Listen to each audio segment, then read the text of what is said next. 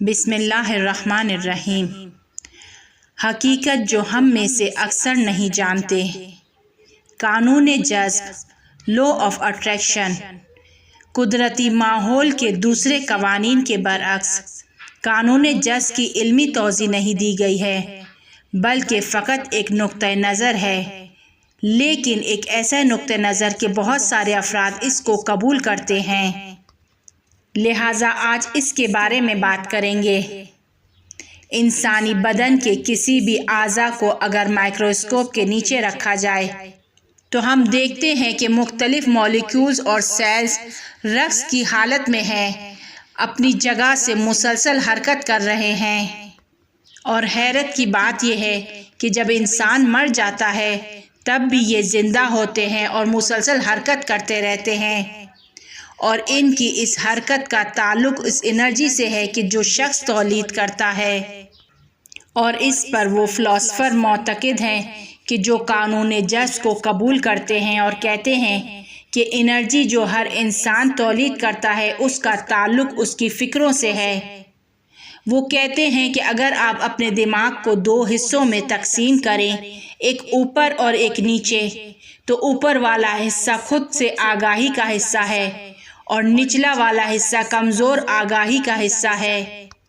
خود سے آگاہی کے حصے کو آپ سب اچھی طرح سے جانتے ہیں، یعنی وہ آواز، وہ صدا کہ جو آپ سے بات کرتی ہے، وہ فکر کہ جو آپ سے محو گفتگو ہوتی ہے، اور کمزور آگاہی یا سب کانشیس مائنڈ یعنی گہری فکریں ہیں کہ جس پر انسان کنٹرول نہیں کر سکتا، جیسے احساسات، اعتقادات، عادتیں، یہ سب کمزور آگاہی میں جمع ہوتی ہیں، اور یہ وہ چیزیں ہیں کہ جن کو تبدیل کرنا بہت سخت ہے۔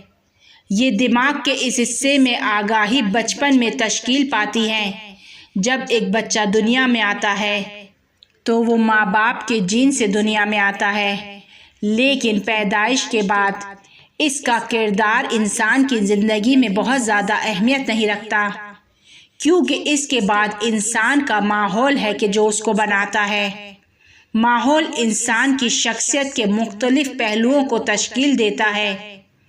انسان کے جو دنیا میں آتا ہے ہر روز اپنے ماحول سے آگاہ تر ہوتا چلا جاتا ہے، اور اس کی شخصیت اس ماحول میں بنتی ہے۔ ابتدائی سال شخصیت بناتے ہیں، اس لیے کہا جاتا ہے کہ ہر انسان خود کے ماحول کا محصول ہے۔ اب آپ سمجھ گئے ہوں گے کہ انسان کی زندگی میں بچپن کے سال کس قدر اہمیت رکھتے ہیں۔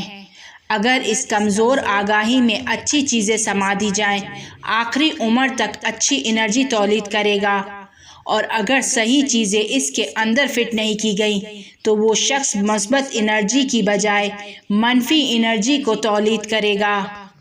جو شخص منفی ماحول میں بڑا ہوتا ہے، اس کے دماغ میں صحیح اطلاعات جمع نہیں ہوتی، تو وہ فنا کی طرف جاتا ہے، نابود ہو جاتا ہے، اور آخری عمر تک منفی انرجی ہی تولید کرتا ہے۔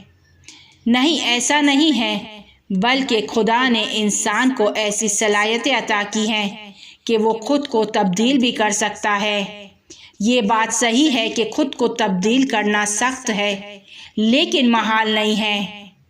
ویڈیو کی ابتدا میں کہا گیا تھا کہ قانون جذب پر بات کرنا چاہتے ہیں، اور اس قانون کو بیان کرنے کے لیے اس مقدمے کو بیان کرنا ضروری تھا۔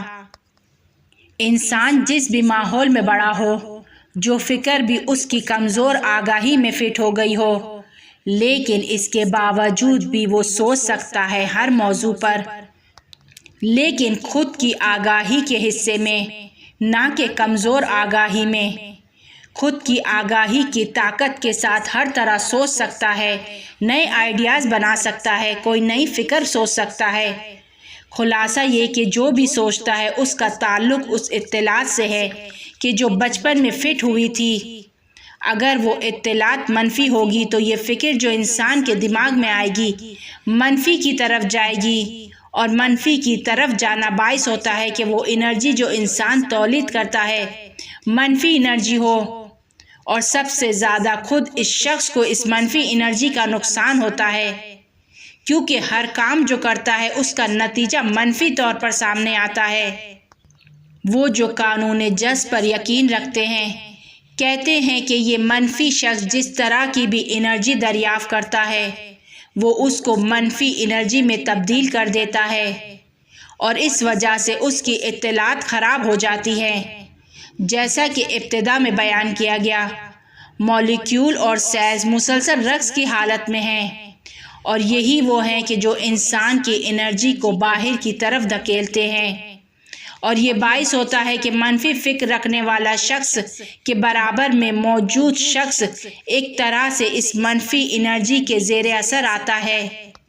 بس معلوم ہوتا ہے کہ انسان جب سوچتا ہے کوئی فکر اس کی ذہن میں آتی ہے تو وہ آخری فیصلے کے لیے اطلاعات میں جمع ہوتی ہیں اور جب یہ اطلاعات منفی سوچوں سے بھری ہوئی ہو تو وہاں پر اس فکر کو، اس آئیڈیا کو مشکلات کا سامنا کرنا پڑتا ہے اور باعث ہوتا ہے کہ فرد نہ صرف منفی سوچتا ہے بلکہ منفی انرجی تولید کرتا ہے۔